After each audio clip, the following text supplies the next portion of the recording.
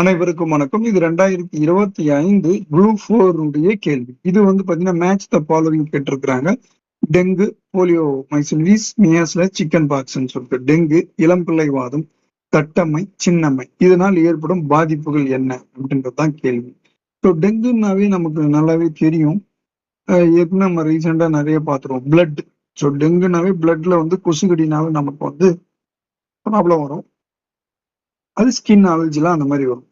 So ஸ்கின்ல உங்களுக்கு ரெட்டா வர மாதிரி வரும். ஸோ இது பார்த்தோம் அப்படின்னா டெங்குனா தோல் மற்றும் ரத்தம் அப்படின்றது சரியானது அப்படின்னு சொல்லிட்டு பாக்குறோம். போலியோ இளம்பிள்ளை வாதம் எதனால், அதனுடைய பாதிப்புகள் என்ன அப்படின்னு பார்க்கும்போது இன்டெஸ்டைன் அண்ட் குடல் மற்றும் மூளை அப்படின்னு சொல்லிட்டு பார்க்கணும். தட்டம்மை அப்படின்னா என்னது? தட்டம்மைனா அம்மை போட்டுருது அப்படின்னு சொல்லிட்டு பாக்குறோம். ஸ்கின்ல தான் அது ப்ராப்ளம். ஏற்கனவே டெங்கு நம்ம பார்த்தோம், பிளட்ன்னு இருந்ததால அதுலயும் ஸ்கின் இருக்கு, இதுலயும் ஸ்கின் இருக்கு. ஸோ நமக்கு தட்டமைன்னும் போது என்ன ஸ்கின் அண்ட் ரெசிபிரேட்டரி சுவாச பாதையிலும் பிரச்சனை வரும் அப்படின்னு சொல்லிட்டு நம்ம பார்ப்போம்.